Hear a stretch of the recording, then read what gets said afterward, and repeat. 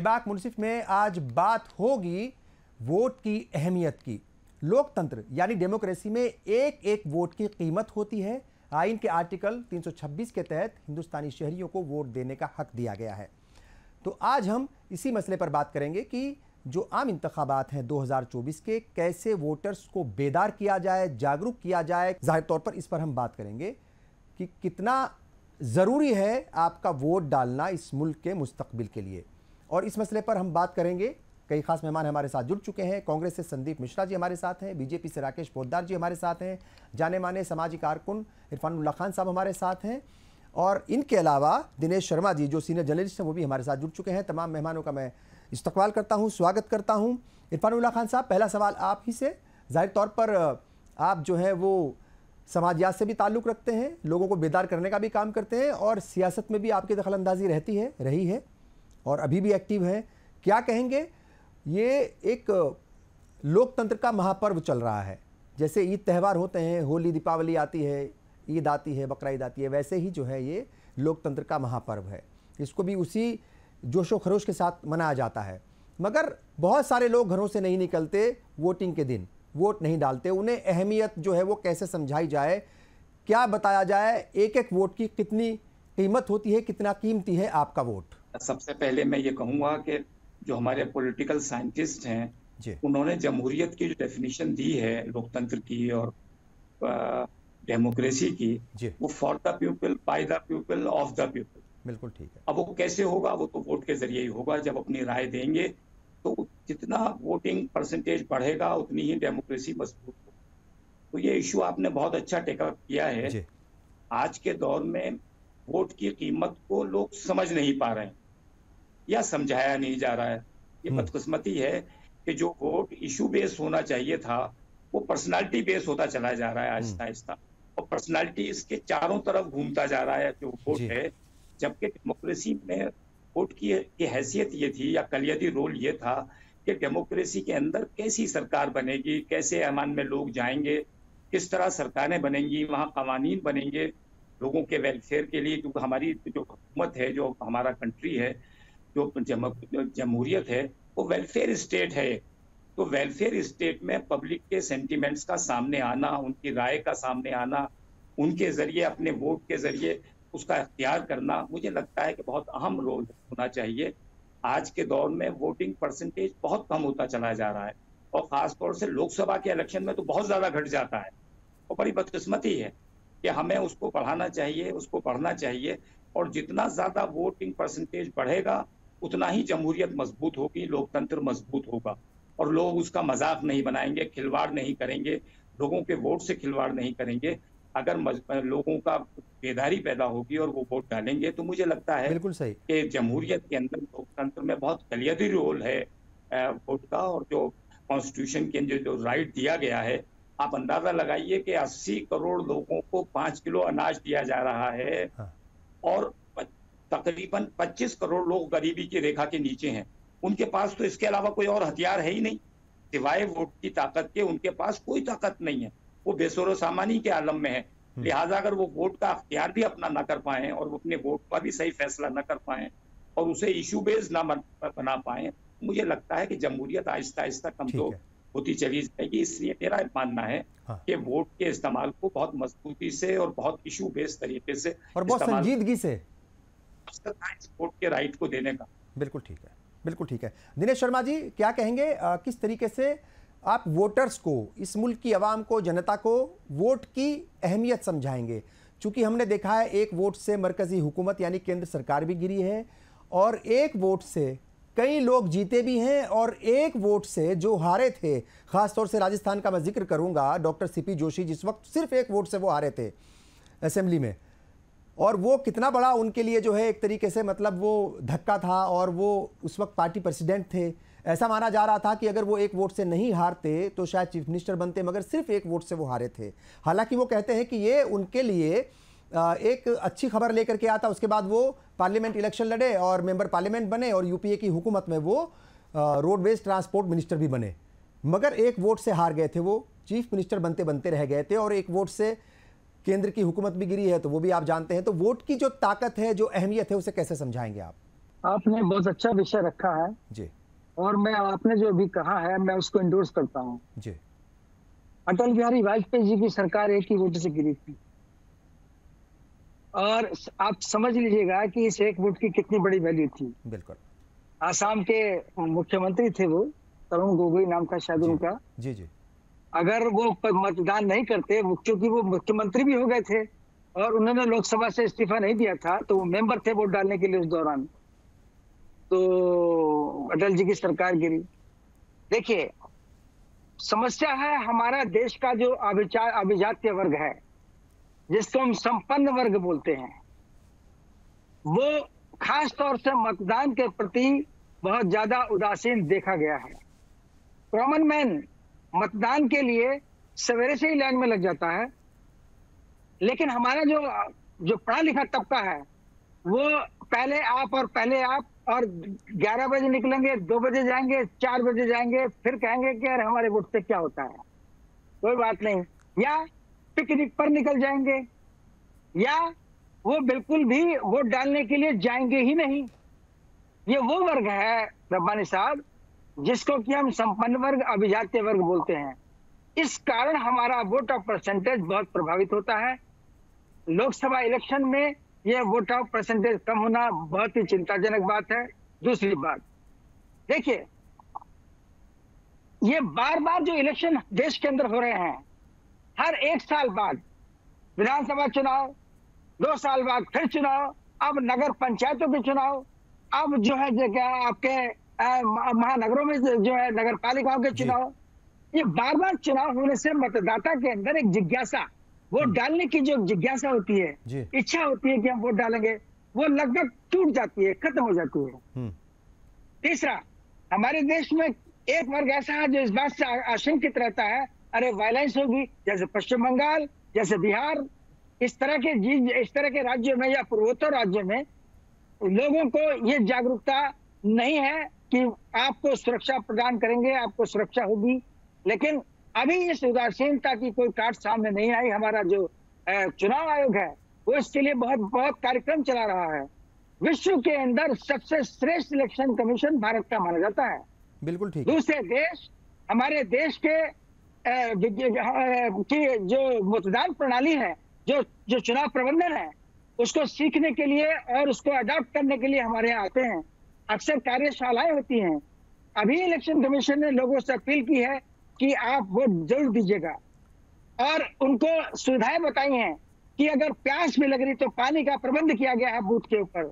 आपको अनेक प्रकार की सुविधाएं दी गई हैं, लेकिन लोगों में जागरूकता का एक सबसे बड़ा कारण यही है कि देश में बार बार जो हर महीने, हर साल जो इलेक्शन हो रहे हैं, उसके प्रति लोगों में मतदान की जिज्ञासा कमजोर पड़ रही है। यदि यही है जो सरकार ने कहा है कि 5 सब चुनाव एक साथ हों, विधानसभा लोकसभा के चुनाव एक साथ हों, तो शायद इसमें लोगों के अंदर नेशन वन इलेक्शन की जो बात कही जा रही है और कमेटी ने रिपोर्ट भी प्रेसिडेंट ऑफ इंडिया को सौंप दी है, तो जाहिर तौर पर अगर उस तरफ बढ़ेंगे, हालांकि थोड़ा सा वक्त लगेगा, उसमें पूरा एक सिस्टम है, पूरा एक मतलब जो है उसको फॉलो करना है। पार्लियामेंट में भी मेरा ख्याल के बिल लाया जाएगा, पास कराया जाएगा, तो जाहिर तौर पर वो होगा उसके ऊपर भी। ठीक है, राकेश पोद्दार जी क्या कहेंगे जो वोट की अहमियत है? आज हम जो है वो एक दूसरे के ऊपर छींटाकशी करना, इल्जामात लगाना, वो अपनी जगह है, चलता रहेगा, वो हमेशा करते हैं, वो तो रोज ही बहस होती है। मगर एक पुरअमन तरीके से हम बात करें, वोटर्स को समझाएं कि भाई आपको घरों से निकलना पड़ेगा। हालांकि अगर मैं बीजेपी की बात करूं तो पिछले कई वर्षों से ये बात कही जाती है कि बीजेपी का जो बूथ मैनेजमेंट है वो बड़ा इंपॉर्टेंट है। वो भले ही अपनी पार्टी के वर्कर्स को या अपनी पार्टी के लिए वोट डलवाने के लिए वोटर्स को घरों से निकालती है, मगर वो काम करते हैं, इस बात को भी मानना पड़ेगा। क्या कहेंगे राकेश पोद्दार जी, कितना अहम है ये? लोकतंत्र का महापर्व है, 2024 के आम इंतखाबात, लोकसभा चुनाव, ये बहुत अहम होने जा रहे हैं। किस तरीके से वोट की अहमियत को समझाएंगे और क्या लोगों को मतलब किन बातों के ऊपर सबसे ज्यादा जोर देना चाहिए वोट डालते वक्त? जहन में कौन कौन से इश्यूज रहने चाहिए? खुर्शीद भाई, बहुत अच्छा सवाल था और आज आपने प्रश्न बहुत अच्छा उठाया, देश के सामने जनता के बीच में रखा और वोटर के बीच में रखा, बहुत अच्छी बात है। हम मैं कहना चाहता हूँ कि वोटर जो होते हैं अच्छे सरकार चुनती है, अपने विधायक अच्छे चुनते हैं, अपने सांसद अच्छे चुनते हैं और अपने पंचायत लेवल के जो उनके प्रतिनिधि होते हैं उनको अच्छे चुनने की क्षमता होती है। लेकिन हर आदमी को, कोई भी पॉलिटिकल आदमी, चाहे भारतीय जनता पार्टी है चाहे कांग्रेस है, भारतीय जनता पार्टी हमेशा सकारात्मक राजनीति करती है देश के अंदर। वही बात देश के प्रधानमंत्री ने सदन के अंदर भी कहा था, राहुल जी और बाकी कांग्रेस के लोगों को कहा था कि आप कम से कम देश के अंदर सकारात्मक राजनीति और सकारात्मक राजनीति करने के बाद एजेंडा रखना चाहिए जनता के बीच में कि वोट आप डाल रहे हैं तो इस हमारे मुद्दे हैं, इस मुद्दे पे आप हमें वोट करें और इस मुद्दे पे हम काम करना चाहते हैं। तो जैसे हम लोगों ने 2014 में जो मुद्दे रखे थे जनता के बीच में, जनता ने मुझे मतदान किया, फिर तो हम लोगों ने 2019 में जो मुद्दे जनता के बीच में रखे थे, जनता ने मुझे वोट के जरिए हम लोगों को सरकार बनाने का किया। तो उसी तरह हम लोग 2024 में जो है कि हम लोगों ने जनता के बीच में जाना है, जनता के बीच में एकदम वोट डालने के लिए हम लोग कह रहे हैं कि हम लोगों ने अपने कार्य को, अपने काम को गिना रहे हैं कि हम लोगों ने इतने काम किए, इतने कार्य किए, आप भी हमें वोट दे और फिर आपसे जो वादा करके जाऊंगा उस वादे पे हम लोग कहीं ना कहीं खरे उतरेंगे। इसलिए किसी भी पार्टी को हमेशा सकारात्मक राजनीति करनी चाहिए। और आपने देखा होगा कि कुछ दिन पहले ही हमारे देश के प्रधानमंत्री नरेंद्र मोदी जी ने बूथ के कार्यकर्ताओं से मिला, बूथ कमेटी से मिला और उन्होंने कहा कि हम लोगों ने जो लाभार्थी हम जो योजना लाए थे, क्या आप लोगों ने इस योजना पे जनता के बीच में गए, वोटर को आपने समझाया कि भारत सरकार ने इस काम किया है, आप इस काम को बताए, चाहे जो भी योजना थी। तो हम लोगों ने 30 करोड़ लोग जो है जिनको लाभार्थी हुए हैं उन लोगों को हम लोगों ने समझाने का काम किया। और हमारे यहाँ भारतीय जनता पार्टी में एक पन्ना प्रमुख होता है, जो पन्ना प्रमुख वही होता है कि एक बूथ पे जैसे 1000 आदमी होते हैं तो हमारे यहाँ कम से कम 50 आदमी जो है पन्ना प्रमुख होते हैं एक बूथ का। और एक बूथ पे जाके जो एक पन्ना प्रमुख होते हैं वो जैसे एक सीरियल से लेके 20 लोगों का नाम होता है और हम लोग उनके घर जाते हैं और एक एक आदमी से मिलने का काम करते हैं कि आप वोट डालिए। और वोट इसलिए डालिए कि हम लोगों ने इस काम को किया और हमारी विपक्ष की पार्टियां जो है उन्होंने उनके कार्य रहे, हमारे कार्य रहे, इस काम पर आप ध्यान पूर्वक आप वोट डालने का काम करें। तो जनता को लगता है कि हम समझाने में समर्थ रहते हैं और जनता समझ जाती है हमारी बात को, तो वो मुझे वोट देने में समर्थ रहते हैं और उस वोट से ताकत से देश चलती है, देश सकारात्मक राजनीति सकारात्मक होती है, सशक्तिकरण होती है, देश के जो मुद्दे होते हैं उसे खत्म करने में कामयाब होते हैं। संदीप मिश्रा जी, क्या रिएक्शन है पहला और क्या कुछ कहेंगे जो वोट की अहमियत है? जाहिर तौर पर एक पॉलिटिकल लीडर भी हैं आप, सहाफ़ी भी रहे हैं और खुल करके अपनी बात को रखते हैं।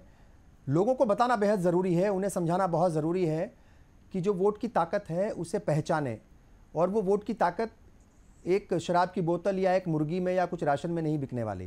क्या कहेंगे? मैं ये कह रहा हूँ कि लोकतंत्र का सबसे बड़ा मंदिर हिंदुस्तान है। हम सब गौरवान्वित महसूस करते हैं कि भारत माँ प्रतीक है लोकतंत्र की, लेकिन जो लोग वोट नहीं देते उन्हें शायद हक, अधिकार और हुकूक का पता है, उन्हें इल्म ही नहीं है उनकी एक वोट और उंगली की एक निशान में कितनी बड़ी शक्ति समाई हुई है। कल तक के प्रधानमंत्री एक वोट की ताकत भूतपूर्व प्रधानमंत्री कर देती है और सरकार को सरकार कर देती है। कल तक जो लाल बत्ती में हुए लोग घूमते थे उनको उतार कर साधारण जन में शामिल करा देती है, वोट की ताकत है। लोकतंत्र के मंदिर में अपनी आहुति अपना यज्ञ की तरह इसे दे, अपने अजान की तरह दे, हम अपनी दुआ की तरह ले, पर सोचे तो सही एक बार मुड़कर कि कहीं भगत सिंह की हमारा देश आजाद हो और हम आजादी से सरकार। क्यों ऐसा कहा था? महात्मा गांधी जी ने कितना लंबा संघर्ष किया और बाबा साहब अम्बेडकर ने कितना तप करके संविधान लिखा और महिलाओं को वोट देने की ताकत दिलाई। उस बात का मान और सम्मान हमें रखने का वक्त है। नागरिक जिम्मेदार नहीं होंगे तो सरकारें जिम्मेदार नहीं होंगी कभी। नागरिक अगर कतार लगाकर अपने मन की सरकारें नहीं चुनेंगी तो मन के काम भी नहीं करा पाएंगी। मैं तो इतना कहता हूँ कि जहाँ आज चुनाव आयोग और सरकार तमाम प्रयत्न और प्रयास कर रही है कि मतदाताओं की संख्या बढ़े, ऐसे में देखना यह है कि वो कौन लोग हैं जो वोट नहीं देते, कौन है जिनकी उंगली पे निशान नहीं होता। वो सबसे बड़े वही लोग हैं जिन्हें जाते ही बैंकों में बिना लाइन के ब्याज मिल जाता है, वो वही लोग हैं जिनकी लंबी लंबी कार होती है, वही लोग हैं जो हवाई जहाज में घूमते हुए आते हैं। हमारे गांव में तो शायद सारा ये विद्वत पैनल बैठा हुआ है, गांव की महिलाएं तो गाना गाती हुई उत्सव करती हुई वोट डालने जाती हैं। साहब ऐसा लगता है मेला आया है। हम क्यों नहीं इन मतदाताओं को समझते? मैं एक बात और कहता हूँ कि इस जनता को, इस देश को समझना होगा, अगर सही वोट नहीं दोगे तो जुमले के जाल में फंसोगे, अगर सही वोट नहीं दोगे तो ऐसे जाल में फंसोगे जिसमें कर्जा होगा, महंगाई होगी, जलालत होगी, बहनों की इज्जत लूटी जाएगी। ऐसी सरकार भी आपके ऊपर हावी हो सकती है जिसे ब्रजभूषण आभूषण बना सकते हैं, जिसे मंत्री का बेटा थान से कुचल सकता है। यही वक्त है, यही सही वक्त है कि खड़े हो, चुनाव के लिए खड़े हों, चुनने के लिए खड़े हों, अपनी सुनाने, अपनी सुनने के लिए खड़े हों। और जब आप अपनी वोट की ताकत से जुल्म और जुमले के खिलाफ खड़े हो जाएंगे, यकीनन एक ऐसी सरकार हो जाएगी। अभी एक मेरे मित्र कह रहे थे कि ये बार बार चुनाव होता है इसलिए लोग उदासीन होते हैं। मैं उन्हें कहता हूँ बार बार हर साल दिवाली आती है साहब, हमें इंतजार रहता कब दिवाली आए, हमें इंतजार रहता कब होली आए। अभी ईद आने वाली है, बच्चे खुश हो जाते हैं, सेवैयां बनने लगती, नए नए कपड़े आने लगते हैं, हाँ ईद आ गई और ईद का मुबारकबाद करेंगे, हम खुशी मनाते हैं। ऐसे ही लोकतंत्र भी एक उत्सव है, जितनी बार भी होगा उतना ही उत्साह से हम सबको शामिल होना चाहिए, शुमार होना चाहिए। और भारत में एक दिन में एक बार कोई चुनाव हो ही नहीं सकता, कि मैं इस बात की वकालत नहीं करता।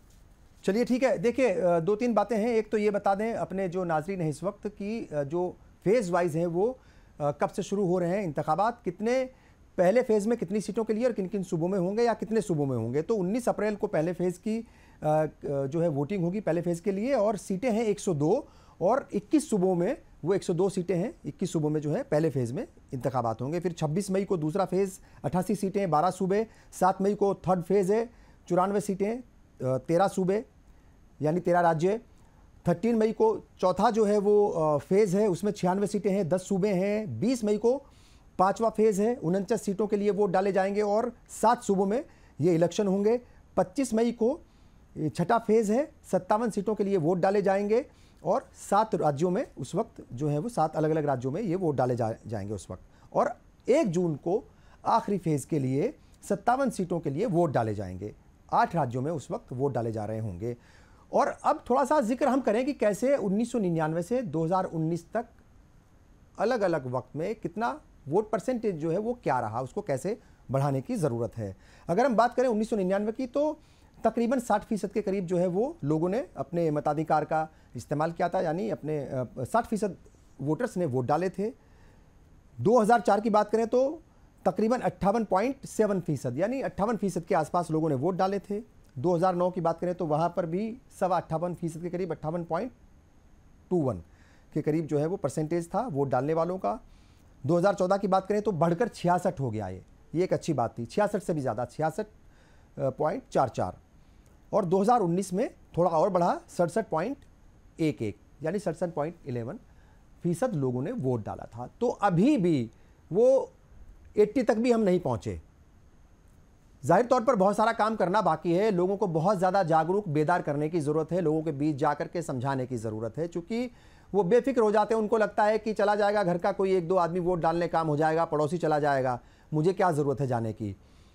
ठीक है साहब, तो दिनेश शर्मा जी, हमने देखा 1999 से 2019 तक बढ़ोतरी तो हुई, मगर अभी भी वो उस लेवल तक हम नहीं पहुँचे जहाँ हम कह सकें कि नहीं वाकई बहुत ज़्यादा बेदारी आ गई है। हर कोई अपनी जिम्मेदारी भी समझता है, हक लेने की बात तो हर कोई करता है कि मुझे ये नहीं मिला, मुझे वो नहीं मिला, सरकार को ये देना चाहिए, सरकार को वो देना चाहिए, सरकार को ये करना चाहिए, सरकार को वो करना चाहिए, मगर मुझे वोट डालने के दिन क्या करना चाहिए मुझे ये भी सोचना पड़ेगा।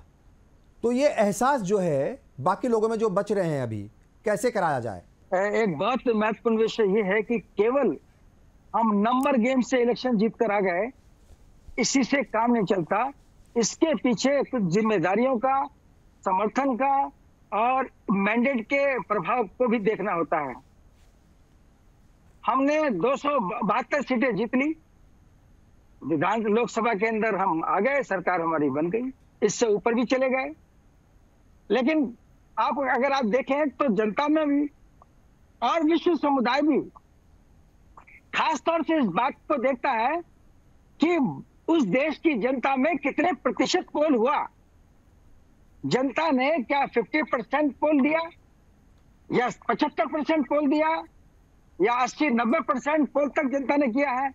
अगर ये पोल 70-80% तक जाता है तो विश्व समुदाय पर इसका असर पड़ता है।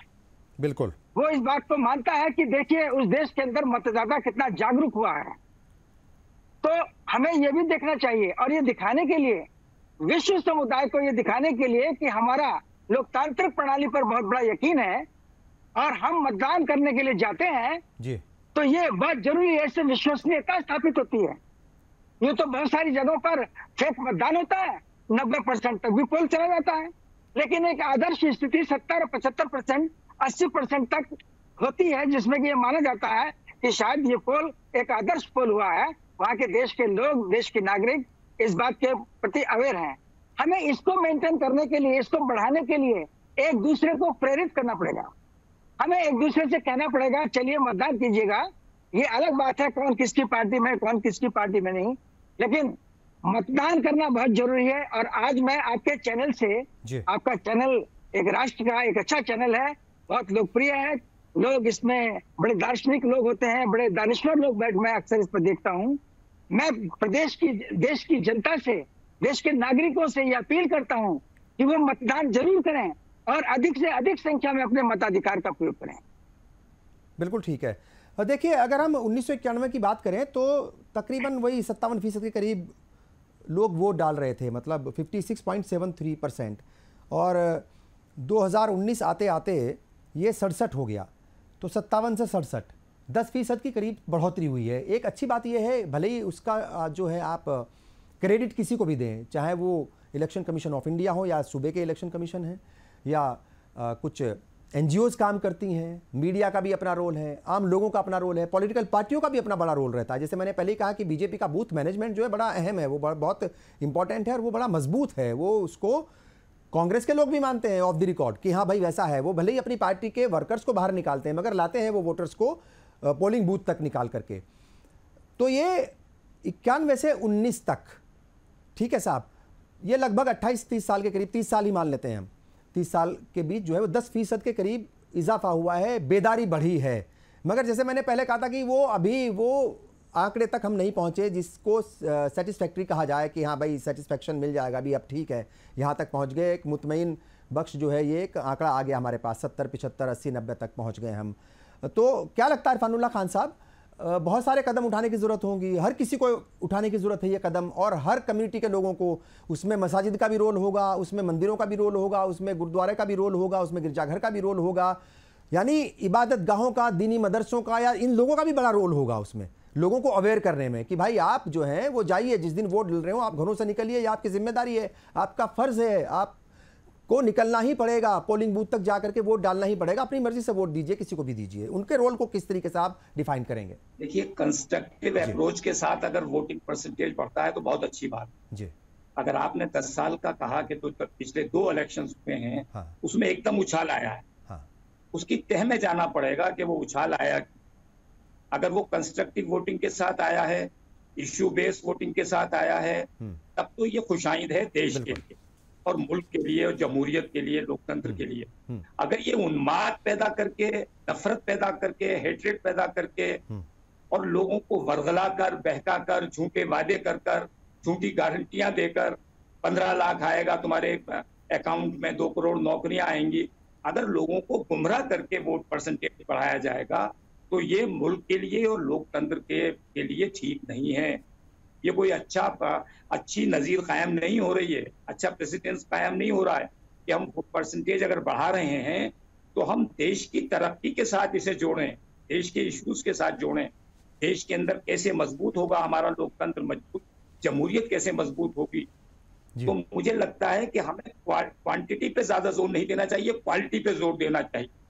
जो हमारे वोटर्स हैं उनकी क्वालिटी क्या है, अगर हमने अपने वोटर्स को एजुकेट किया है, वेल इन्फॉर्म किया है, उन्हें इशू बेस्ड बनाया है और वो वोट डाल रहे हैं बड़ी तादाद में, तो ये मुझे लगता है देश के लिए एक अच्छा साइन है।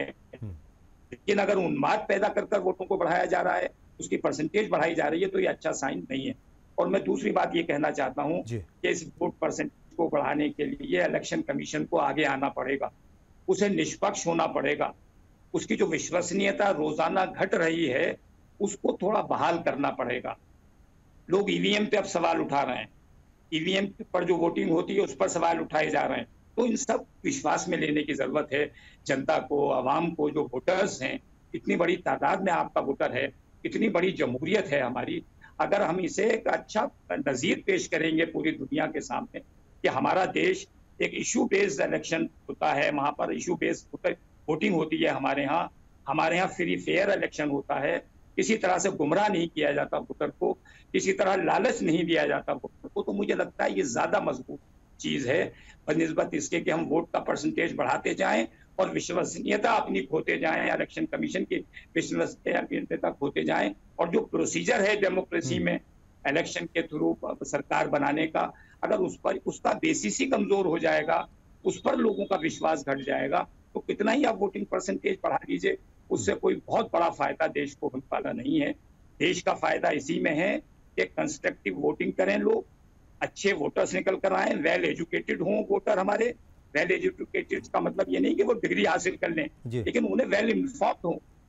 उसकी जिम्मेदारी पार्टियों की है, समाज की है, समाज के लोगों की है कि अपने लोगों को बेदार करें।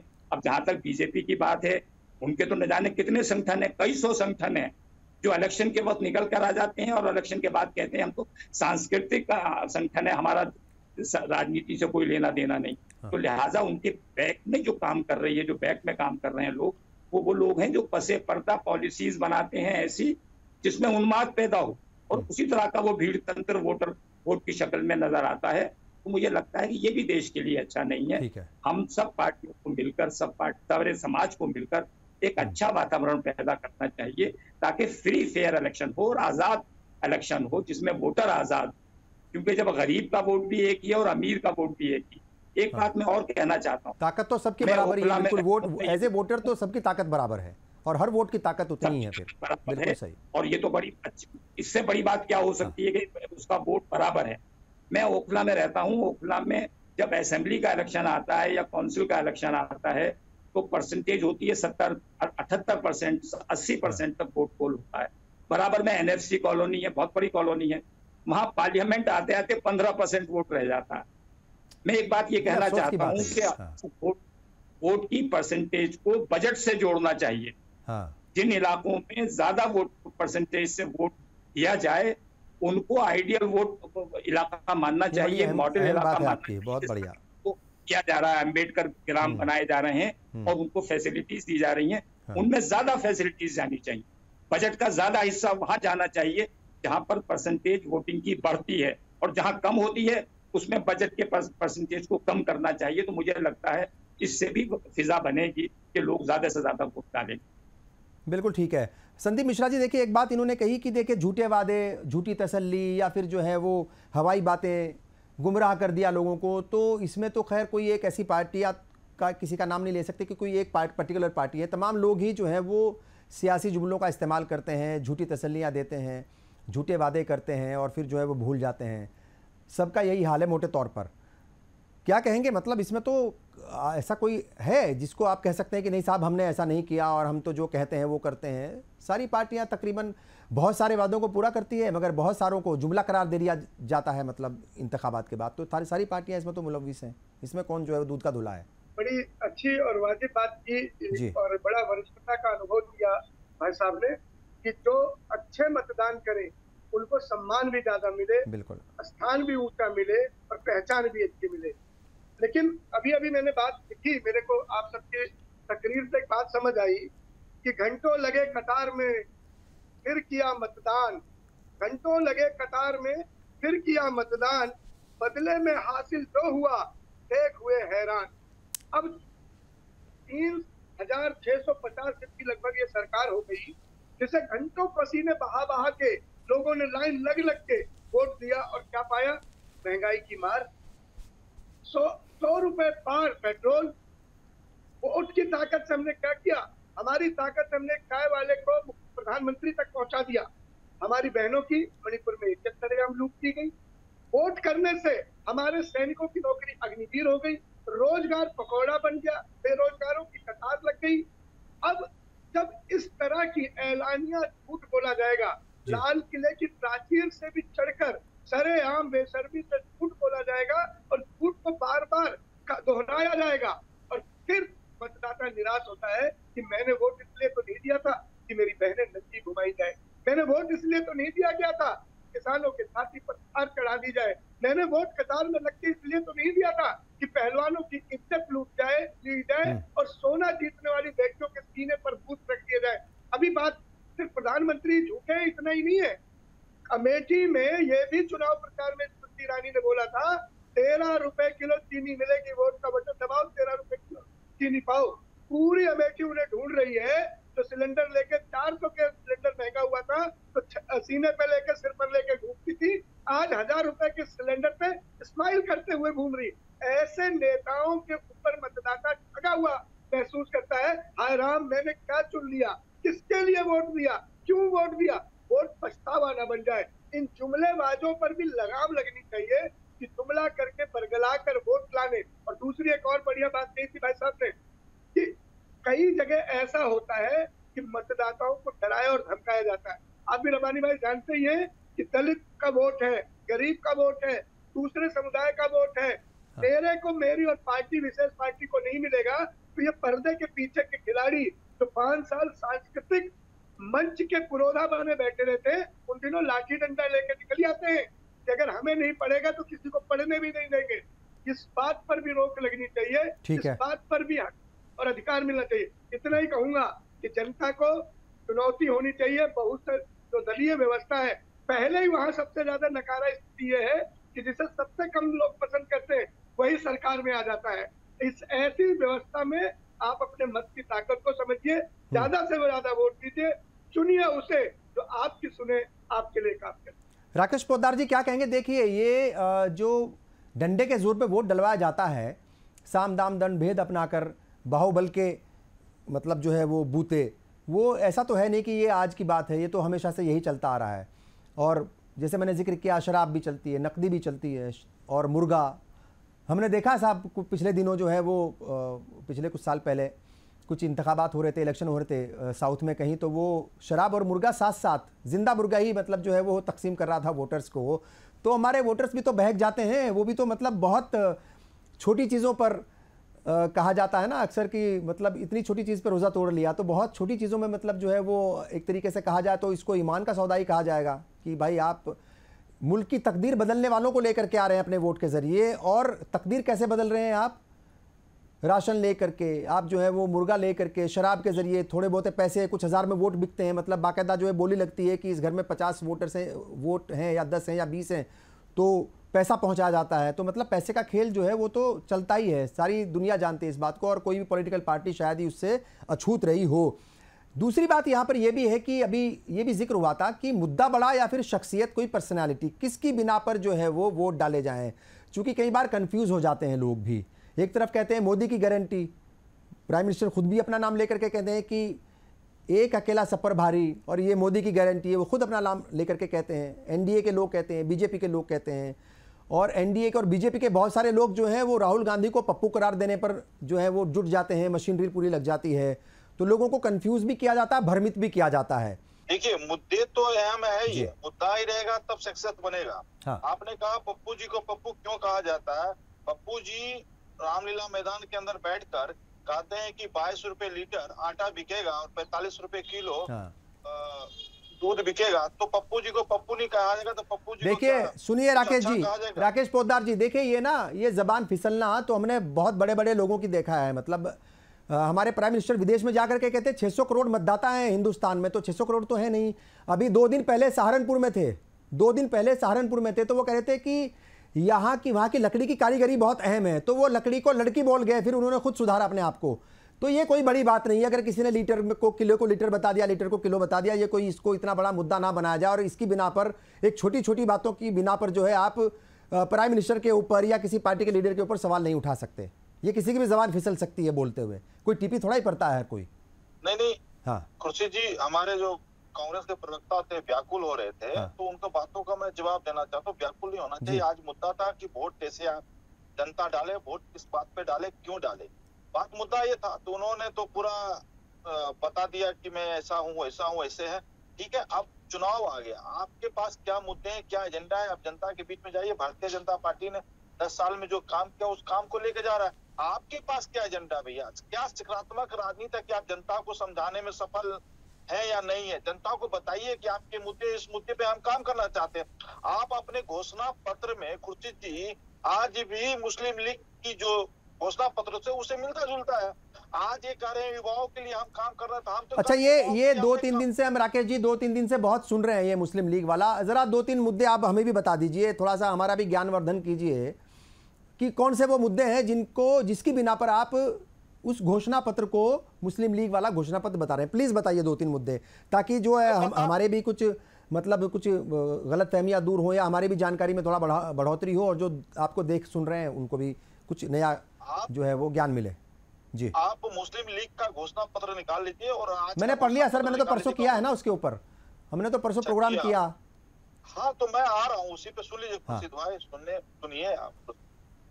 जिसकी बात हो युवाओं की बात कर रहा, देश के प्रधानमंत्री युवाओं के लिए काम नहीं किया। मैं तो कहा कि 3.5 करोड़ लोगों को रोजगार दिया कोरोना के बाद, 1 करोड़ को सरकारी नौकरी दी, 1 करोड़ में प्राइवेट सेक्टर में नौकरी दी। तो जब राहुल गांधी जो योजनाओं को जिसकी बात कर रहे उस पर हमने काम किया। आज एक कार्य किसान की बात कर रहे हैं एमएसपी की, खुर्शीद भाई 2006 में स्वामीनाथन का रिपोर्ट था, उस पर इन्होंने क्यों नहीं काम किया। आज हमारे पे आरोप प्रत्यारोप लगा रहे कि हम किसान के लिए काम करें। किसान के लिए हमने काम किया, किसान सम्मान निधि की योजना के तहत हम लोगों ने किसान को सम्मान देने का काम किया और किसान के अंदर भी एसटी और एसटी को देखा गया। तो एसटी किसानों के लिए, एसटी किसानों के लिए 6.5 लाख रुपए आत्मनिर्भर करने के लिए हम लोग दे रहे हैं। तो हम लोगों ने काम किया। महिलाओं की बात करते, महिलाओं के लिए हमने काम किया। महिलाओं तो कुछ है ही नहीं तो बताएंगे कहाँ से, कुछ है ही नहीं तो बताएंगे कहाँ से। इनका झूठा प्रधानमंत्री भी ढोल पीट रहा है, ये झूठे प्रवक्ता भी ढोल पीट रहे हैं, इनका नड्डा भी झूठ बोल रहा है। आज बताएं सरेआम राष्ट्रीय चैनल पे कि मुस्लिम लीग और कांग्रेस के इस घोषणा पत्र में क्या समानता है। अभी औकात पता चल जाएगी पत्थर आपको और आपके प्रधानमंत्री को। बताइए आप मुस्लिम लीग का कैसे और कैसे हमारा प्रधानमंत्री होता है।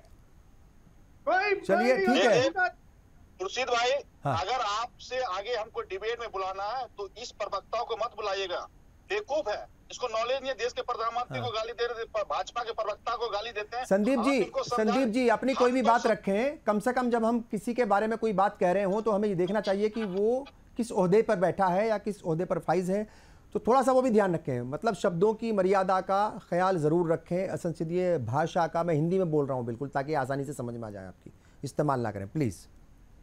खुर्शीद भाई, जब भी मैं आता हूँ इनके साथ डिबेट में बैठता हूँ, बातों पर ध्यान नहीं देंगे। आज ब्रिजभूषण सिंह की बात करते, ब्रिजभूषण सिंह को टिकट मिल गया क्या? जिसकी बात कर रहे तो आज हमारे पार्टी में आके पार्टी का सदस्यता ले रहे हैं, अब उसकी बात कर रहे हैं।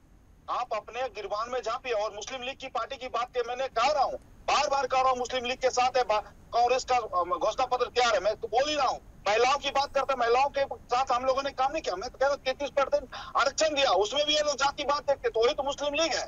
मुस्लिम लीग क्या खोजता था? यही खोजता था। हम महिलाओं को सम्मान देने की बात करते हैं, उसमें भी कहते हैं कि ओबीसी को कितना दे रहे हैं, दलित को कितना दे रहे हैं, महादलित को कितना दे रहे हैं। विवाहों की बात हम करते हैं तो ये उसमें भी खोजते हैं। उसके बाद हम किसान की बात कर रहे हैं, हमने कहा किसान, एसटी और एसटी किसान के लिए भी हम काम कर रहे हैं, उसमें भी ये खोजते हैं। क्या खोजते हैं इसमें? हम लोगों ने काम किया है तो काम को लेकर हम जनता के बीच में जा रहे हैं। वोट मांगने की जो क्षमता है हम कर रहे हैं। क्या आपके घोषणा पत्र हमारे घोषणा पत्र में अंतर होगा? हम जो वादे किए उस वादे पे हम करे हैं, आज भी उस वादे पे।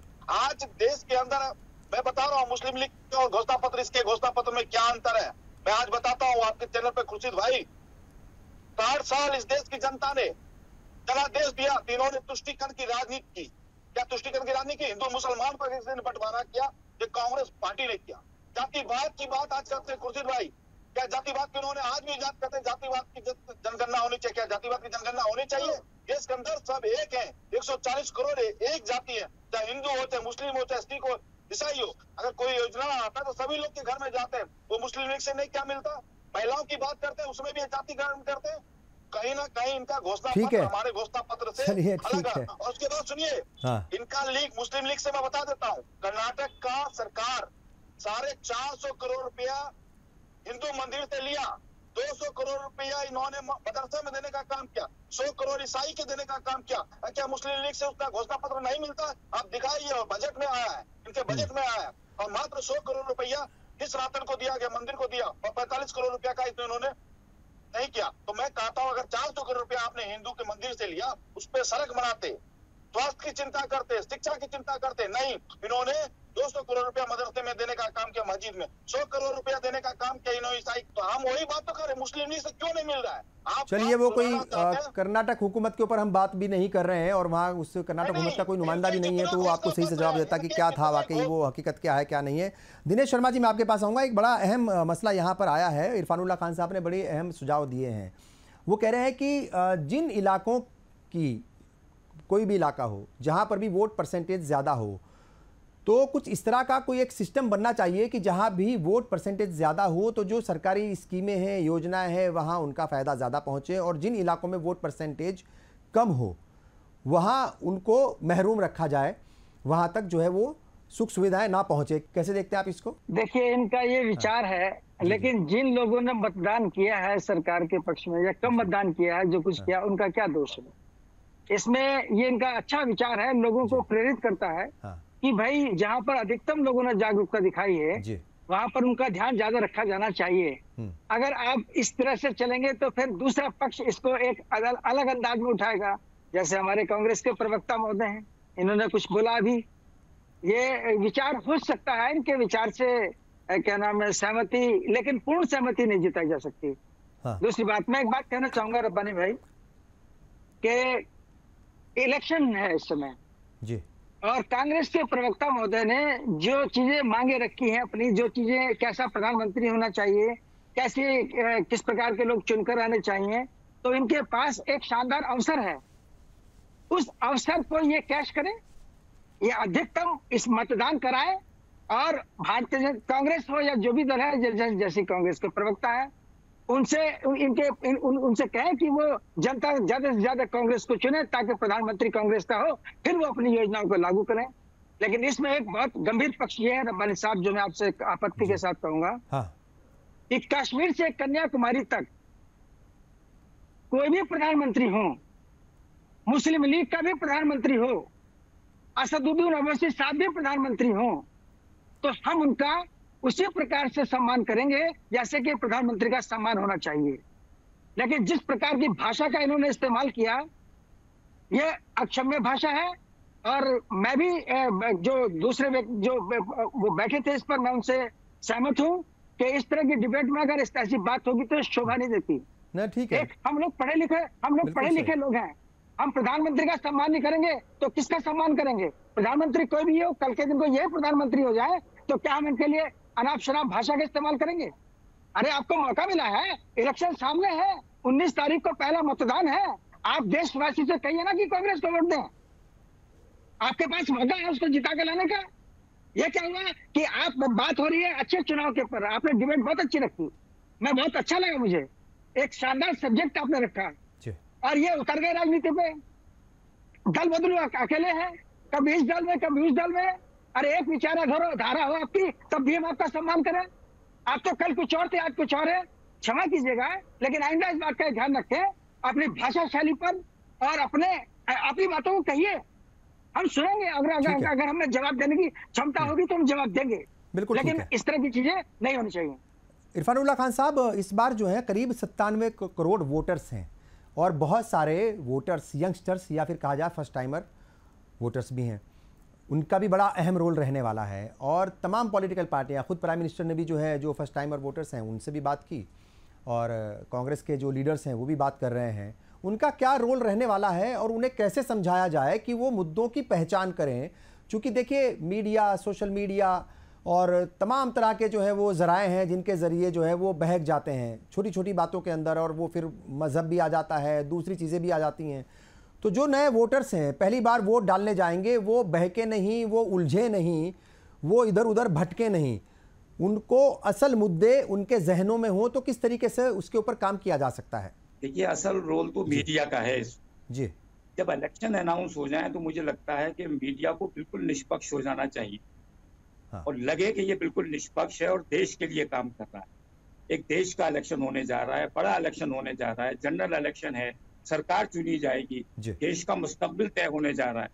उस वक्त मुझे लगता है मीडिया का बहुत अहम रोल, क्योंकि आज के जमाने में, आज के दौर में हर एक के पास मीडिया हाथ में मौजूद है, हर एक के मोबाइल में, हर कोई लगभग जो भी जिसके हाथ में भी स्मार्टफोन है वो ब्रॉडकास्टर भी है। सच बात है, ये वो ब्रॉडकास्टर तो उसे मिल रहा है डायरेक्ट। तो मुझे लगता है कि इससे बड़ा अच्छा मौका नहीं मिल सकता हमारे देश को, हमारे देश के लिए, इस डेमोक्रेसी के लिए, कि लोग इंफॉर्मेशन मिल रही है जी, इस पैमाने पे भी मिल सकती है, तो उस इंफॉर्मेशन को सही तौर पर देना चाहिए। इस वक्त कोई पार्टीजन रोल बिल्कुल अदा नहीं करना चाहिए किसी मीडिया चैनल को। मुझे खुशी होती है कि हमारे सोशल मीडिया, जो छोटा मीडिया है, यूट्यूब चैनल्स हैं, वो बड़ा अच्छा किरदार अदा कर रहे हैं, कंस्ट्रक्टिव रोल अदा कर रहे हैं।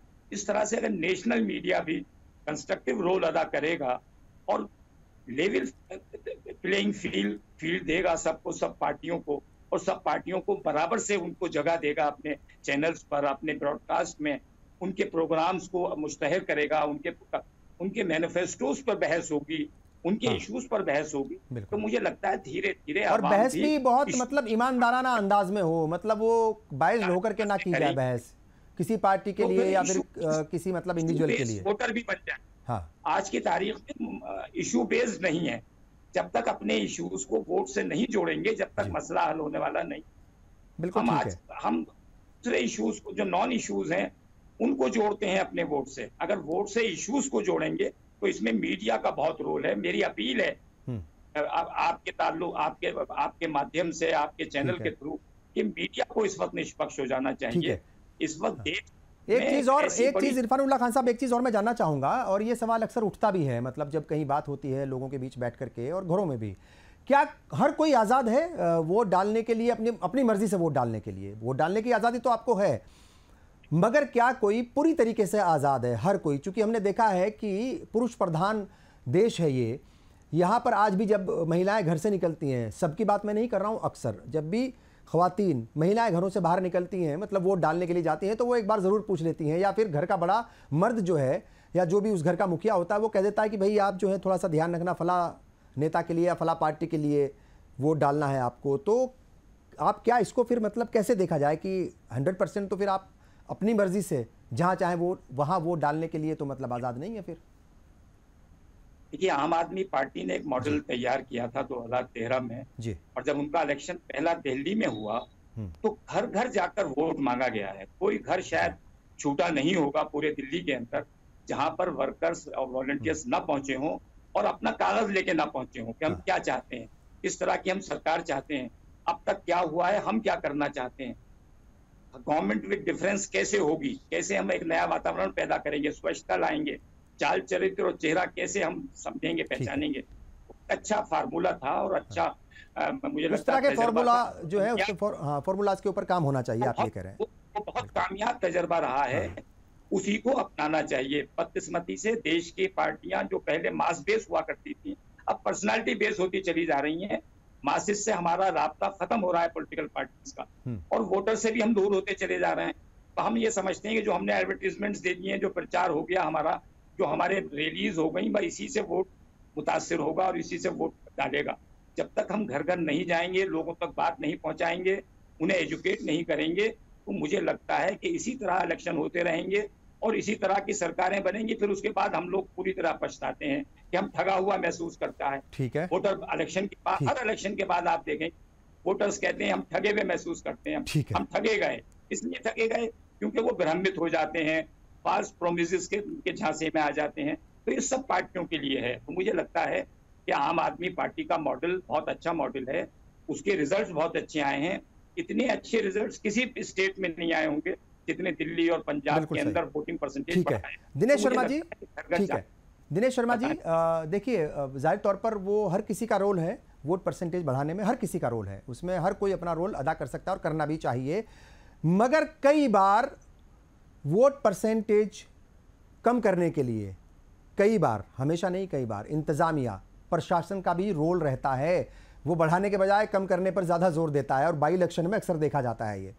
और किसी एक सूबे की बात नहीं है, मगर एक सूबे का जिक्र मैं अभी करूंगा। उत्तर प्रदेश में जब बाई इलेक्शन चल रहे थे, रामपुर का लोकसभा चुनाव चल रहा था, बाई इलेक्शन, तो वहाँ पर कितनी शिकायत आई, कितनी बड़ी तादाद में शिकायतें आईं, और 50% से भी बहुत नीचे चला गया मतलब वोट परसेंटेज। और ये इल्ज़ाम लगे कि इंतज़ामिया ने, पुलिस प्रशासन ने मतलब जो है वो बैरिगेटिंग करके निकलने ही नहीं दिया, घरों से बाहर ही नहीं निकलने दिया। स्पेलिंग नाम, एक एक नाम को देख रहे थे, स्पेलिंग के नाम पर, कहीं किसी नाम पर, कहीं कुछ और बहाना बना करके उन्हें पोलिंग बूथ तक ही जाने नहीं दिया। तो ऐसे में फिर क्या करेगा वोटर, फिर कैसे वो कदम उठाएगा? ऐसे में क्या कुछ जो है वो सिविल सोसाइटी कर सकती है?